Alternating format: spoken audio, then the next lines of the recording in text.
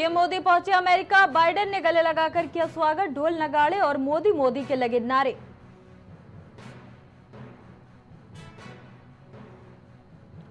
दिल्ली के जंतर मंतर पर जाएंगे केजरीवाल, जनता की अदालत को करेंगे संबोधित।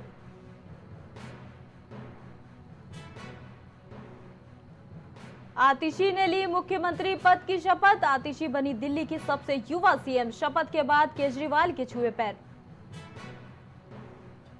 मुख्यमंत्री योगी आदित्यनाथ का गोरखपुर दौरा, आज दौरे के चौथे दिन करेंगे पूजा अर्चना और गौ सेवा, सीएम लगाएंगे जनता दर्शन दरबार। मवेशी के हमले में युवती की मौत का मामला, कांग्रेस महासचिव ने सरकार को घेरा, युवती की मौत को लेकर प्रियंका ने किया पोस्ट।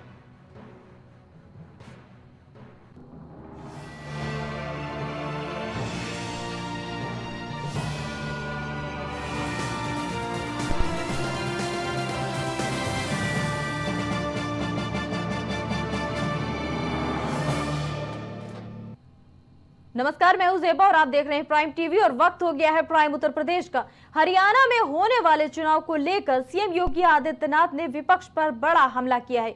सीएम योगी ने कहा कि राम नाम से कांग्रेस को परेशानी होती है, ये लोग बाबा साहेब के विरोधी हैं, विपक्षी परिवारवाद में मस्त है। इसी के साथ आगे बढ़ते हुए सीएम ने यह भी कहा कि डबल इंजन की सरकार से देश में विकास हो रहा। अयोध्या में 500 साल का इंतजार खत्म हुआ, पिछले 7.5 साल में एक भी दंगा नहीं हुआ है।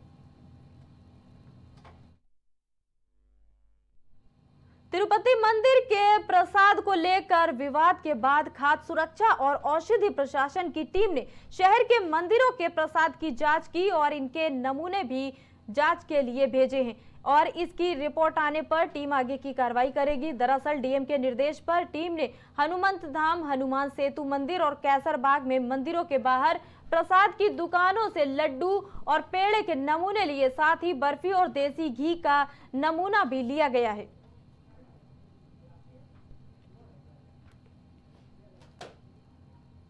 जी आप बता दें, तिरुपति मंदिर में विवाद के बाद एक्शन हो गया है और लखनऊ के मंदिरों में भी एफएसडीए का अभियान चालू है। कई मंदिरों के प्रसाद के नमूने जांच के लिए देखिए भेज दिए गए हैं। हनुमान सेतु मंदिर के प्रसाद को भी भेजा गया है जांच के लिए। मंदिर प्रांगण की प्रसाद में कोई कमी तो नहीं है, इसकी जांच की जा रही है। किसी तरह की अशुद्धता तो नहीं है, इस बात की जांच के लिए भेज दिए गए हैं नमूने। बता दें, तिरुपति मंदिर के प्रसाद को लेकर विवाद के बाद खाद्य सुरक्षा और औषधि प्रशासन की टीम ने शहर के मंदिरों के प्रसाद की जांच की है।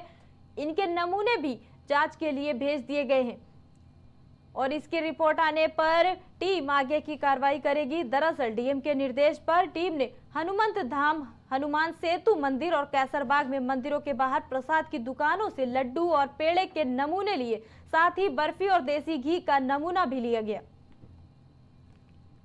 कानपुर देहात के रानिया में स्थित एक फोम गद्दे बनाने वाली फैक्ट्री में लगी आग में अब तक 6 लोगों की मौत हो चुकी है और फैक्ट्री में रात की शिफ्ट के दौरान करीब 15 कर्मचारी मौजूद थे। बताया यह जा रहा है कि एक मशीन से चिंगारी निकलने के बाद अचानक आग भड़क गई, जिसमें 3 लोगों की मौके पर ही मौत हो गई, जबकि एक व्यक्ति की कानपुर में इलाज के दौरान और 2 लोगों की लखनऊ में उपचार के दौरान मौत हो गई है। नहीं, रीज़न तो अभी क्लियर नहीं है, लेकिन अर्ली मॉर्निंग ये आग लगी थी और हम लोगों को जैसे ही जानकारी हुई पुलिस की टीम और हमारे ऑफिसर सब मौके पे आ गए। फायर सर्विस ने काम शुरू कर दिया। अब तो कंट्रोल में है, आग बुझ गई है, डेब्रीज उठाना बाकी है। जो लोग काम कर रहे थे वो उसमें से मैक्सिमम लोग सेफली निकल गए हैं। 1-2 का भी ट्रेस नहीं मिल पा रहा है। एक पता चला है गांव में है, तो अभी कंफर्म कर रहा है और जो भी और उससे कार्रवाई होगी और जो लोग हताहत हुए हैं उनको जो भी हमारे पास शासन के द्वारा जो दी जाती है राशि वगैरह, उसकी भी हम व्यवस्था करेंगे। जी बता दें, गद्दा फैक्ट्री में यह अग्निकांड हुआ है। अग्नि तांडव में 6 लोगों की मौत हो गई है और ये खबर कानपुर से आई। मशीन की चिंगारी से ये भयानक आग लग गई। आपको बता दें, गद्दा फैक्ट्री में यह अग्निकांड हुआ है, कानपुर देहात का ये मामला। और इस खबर पर अधिक जानकारी के साथ संवाददाता कलीम लाइव हमारे साथ जुड़ चुके हैं। देखिए कलीम, ये भयावह जो तस्वीरें आ रही हैं कानपुर से, आग गद्दा फैक्ट्री में ये अग्निकांड हुआ है, आखिर ये आग कैसे लगी? कानपुर बिहार में जो अग्निकांड सामने आया है, एक गद्दा फैक्ट्री है, वहां पर देर रात अगर बात की जाए गैस रिसाव हो रहा था। गैस रिसाव के दौरान एक शॉर्ट सर्किट हुआ और उसी शॉर्ट सर्किट की चिंगारी गैस रिसाव आग और आग लगने के दौरान जो लेकिन अगर बात की जाए गद्दों का जो स्टॉक लगा था वो एकाएक मजदूरों पर गिरा, जिसमें लगभग 6 लोगों की मौत होने की बात सामने आ रही है। लेकिन अगर इसी में तस्वीरों की बात की जाए तो तस्वीरें जो वायरल हो रही है वो तस्वीरें ये देखी जा रही है कि आग से झुलसा हुआ फैक्ट्री जो है वो फैक्ट्री के बाहर पड़ा हुआ है और वहां पर किसी तरह की कोई सुविधाओं की बात की जाए वो फिलहाल नहीं देखने को मिली है। लेकिन अगर इसमें लापरवाही की बात की जाए, जिस तरीके से बिना मानक बनी हुई ये फैक्ट्री है उसको लेकर के फायर विभाग की तरफ से जानकारी मिली है, वो ये बताया गया है कि इसको किसी तरह की कोई भी एनओसी नहीं दी गई थी। यानी कि फायर सेफ्टी की अगर बात की जाए तो वहां पर फायर सेफ्टी के कोई भी खास इंतजाम नहीं थे और अगर जो फायर विभाग वहां पर पहुंचा था उस दौरान पानी की व्यवस्थाओं की बात की जाए वो भी वहां पर नहीं थी। जिसके बाद अगल बगल की जो कंपनियां है या फैक्ट्री है उससे जो है पानी लिया गया था, जिससे जो है जिस पर आग पर काबू पाने की बात की जाए वो पाया गया। फिलहाल अगर आपको एक बात याद दिलाएं कि पिछले साल जिस तरीके से इन्वेस्टर समिट हुआ था, इन्वेस्टर समिट में जो फैक्ट्रियों को ड्यूटी में लगाने की जो बात का सामने आई थी उसी के तहत ये जो फैक्ट्री है वो लगाई गई थी और इसमें मानकों को एकदम अनदेखा किया गया था और उसी अनदेखी के कारण एक बड़ा हादसा देखने को मिला है। देखिए कलीम, ये रानिया जो एरिया बताया जा रहा है, इस एरिया में जो कंपनी जिसमें आग लगी है ये फोम के गद्दे यहाँ पर बनाए जाते हैं ऐसा कहा जा रहा है। तो फोम देखिए, वैसे भी आग अगर पकड़ती है तो फोम के गद्दे कहा जाता है कि भयावह रूप ले लेते हैं। क्या कहेंगे कि इस वक्त क्या माहौल है और उस आग को बुझाने में कितनी मशक्कत गई?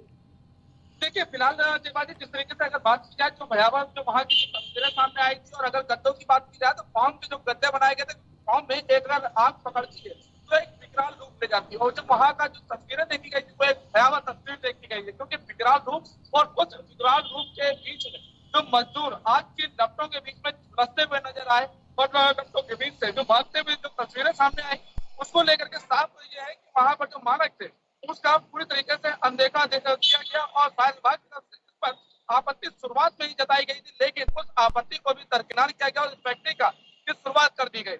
लेकिन इस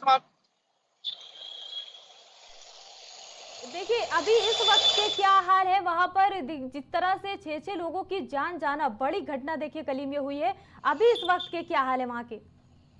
देखिए फिलहाल जिस तरीके से बात की जाए वहाँ की जो हालातों की बात की जाए, फिलहाल जो वहाँ पे झुलसे हुए थे उनका तो इलाज किया जा रहा है, लेकिन अगर बात की जाए जो 6 लोगों की मौत हुई है उसको लेकर के भी अब वहाँ पर जो अधिकारी है वो अधिकारी इस मामले को लेकर के जांच की बात कर रहे हैं और जांच के दौरान जो कहा जा रहा है कि जो फैक्ट्री मालिक है उसके खिलाफ भी कहीं ना कहीं जो कार्रवाई है वो की जाएगी। लेकिन सवाल ये उठता है कि जब फायर विभाग ने इस मामले को लेकर के पहले ही आपत्ति जताई थी तो आपत्ति के बाद ये जो फैक्ट्री थी वो कैसे एकाएक शुरुआत हुई और शुरुआत के बाद आग पर तो काबू पाने की बात की जाए आग पर तो इतनी काबू कर ली गई, लेकिन जो अब यह हादसा हुआ उस हादसे का जिम्मेदार कौन है? क्या वहाँ का लापरवाह जो अधिकारी है वो रहा या फिर जिस तरीके से डीएम की तरफ से कहा जा रहा है कि इस मामले में जांच की जाएगी और जांच में जो भी लापरवाहियां सामने आएंगी उसके आधार पर कार्रवाई होगी।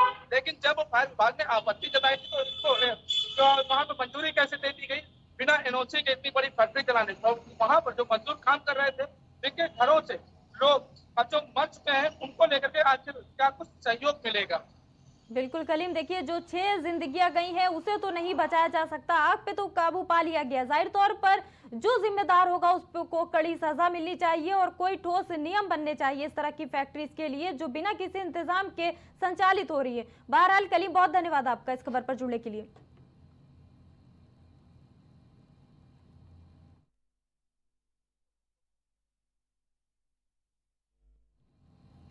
आम आदमी पार्टी के संयोजक अरविंद केजरीवाल दिल्ली के सीएम पद से इस्तीफा देने के बाद पहली बार आज दिल्ली के जंतर मंतर में जनता को संबोधित करने गए। जहां अरविंद केजरीवाल ने यह कहा कि आपके बीच आकर अच्छा लग रहा है। जंतर मंतर पर पुराने दिन मुझे याद आ गए। 2011 में यहीं से भ्रष्टाचारियों के खिलाफ अभियान की शुरुआत मैंने की थी। 10 सालों तक मैंने ईमानदारी से काम किया है। नरेंद्र मोदी को ऐसा लगा कि इनसे जीतना है तो ईमानदारी पर चोट करो, इसलिए उन्होंने हम पर भ्रष्टाचार के झूठे आरोप लगाए। मुझे कुर्सी की भूख नहीं थी, इसलिए मैंने इस्तीफा दे दिया। ईमानदारी से चुनाव लड़े थे, देश में साबित कर दिया कि ईमानदारी से चुनाव लड़े जा सकते हैं। पिछले 10 साल से दिल्ली के अंदर हम लोग सरकार चला रहे थे, ईमानदारी से सरकार चला रहे थे, ईमानदारी से पैसे सरकार के बचा रहे थे और ऐसी ऐसी सुविधाएं दी हमने जनता को जो कोई कल्पना भी नहीं कर सकता। बिजली 24 घंटे कर दी, बिजली फ्री कर दी, बिजली पानी फ्री कर दिया, महिलाओं के लिए बसों का किराया मुफ्त कर दिया, बुजुर्गों के लिए तीर्थ यात्रा कर दी, शानदार अस्पताल मोहल्ला क्लिनिक बना दिए, लोगों का इलाज मुफ्त कर दिया, शानदार स्कूल बना दिए, लोगों की शिक्षा शानदार कर दी, बच्चों को भविष्य दे दिया। 10 साल ईमानदारी से काम किया। मोदी जी को लगने लगा कि अगर इनसे जीतना है तो इनकी ईमानदारी पे चोट करो, इनको बेईमान साबित करो। तो प्रधानमंत्री जी ने एक षड्यंत्र रचा। उन्होंने षड्यंत्र रचा, केजरीवाल को बेईमान साबित करो, मनीष सिसोदिया को बेईमान साबित करो, आम आदमी पार्टी को बेईमान साबित करो। और षड्यंत्र रच के इन्होंने हमारे सारे बड़े बड़े नेताओं को एक एक करके जेल में डाल दिया। दोस्तों,